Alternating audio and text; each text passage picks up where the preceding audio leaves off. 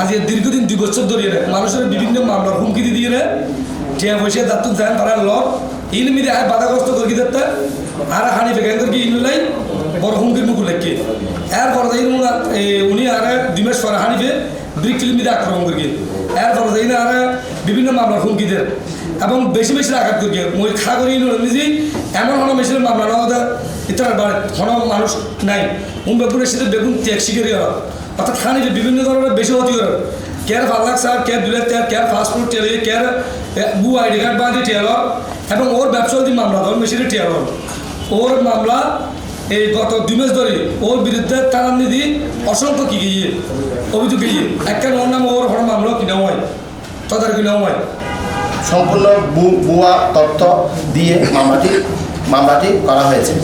আশ্চর্যজনক হলো এক বছরের বাধ্যতামূলক সেই জায়গা দখল করে জায়গা মাটি কেটে নেওয়ার অভিযোগে সেই তারিখে তিনি আরও একটি মামলা দায়ের করেছেন। সাতকানিয়া থানায় মামলা নম্বর 13। অতএব দায়ী করেছেন 30 লক্ষ টাকা ক্ষতি হয়েছে। এই মামলা পূর্বে মামলা আসামি আমিনকে 1 নম্বর আসামি, জমিনের মালিক জাহিদকে 2 নম্বর আসামি করে তাকে 3 নম্বর আসামি করা হয়েছে। পুলিশ কোনো ধরনের তদন্ত না করে মামলা নিয়েছেন। সেই আইসাইকে তদন্ত দেওয়া হয়েছে। তিনি হানিফের হয়ে কাজ করেছেন। এক বছরে একই জায়গা থেকে 2 বার মাটি কাটা নামে মামলা দিয়েছেন।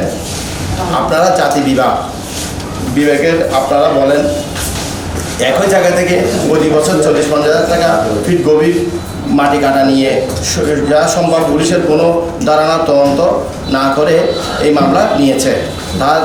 তারা এই ধরনের অস্বাভাবিক ও অসম্ভবিক দাবি নিয়ে মামলার কারণে এলাকায় বিশৃঙ্খলা পরিবেশ সৃষ্টি তৈরি করা হয়েছে।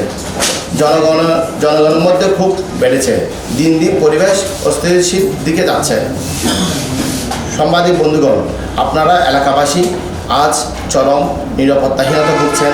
হানিফ ও নিরাপত্তায় বন্দি করে মানুষের প্রশাসনের জরুরি হস্তক্ষেপ প্রয়োজন। আমরা চাই তার বিরুদ্ধে সঠিক তদন্তপূর্বক যথাযথ আইনগত ব্যবস্থা নেওয়া হোক।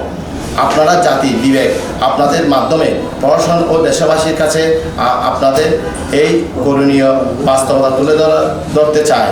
মাননীয় প্রধান উপদেষ্টা, স্বরাষ্ট্র উপদেষ্টা, জেলা প্রশাসক ও জেলা পুলিশ সুপার প্রশাসনের জরুরি হস্তক্ষেপ কামনা করতেছি। এলাকার শান্তি শৃঙ্খলা বজায় রাখার জন্য হানিফ গ্রেপ্তারের তদন্তপূর্বক আইনগত ব্যবস্থা শাস্তি দাবি করতেছি।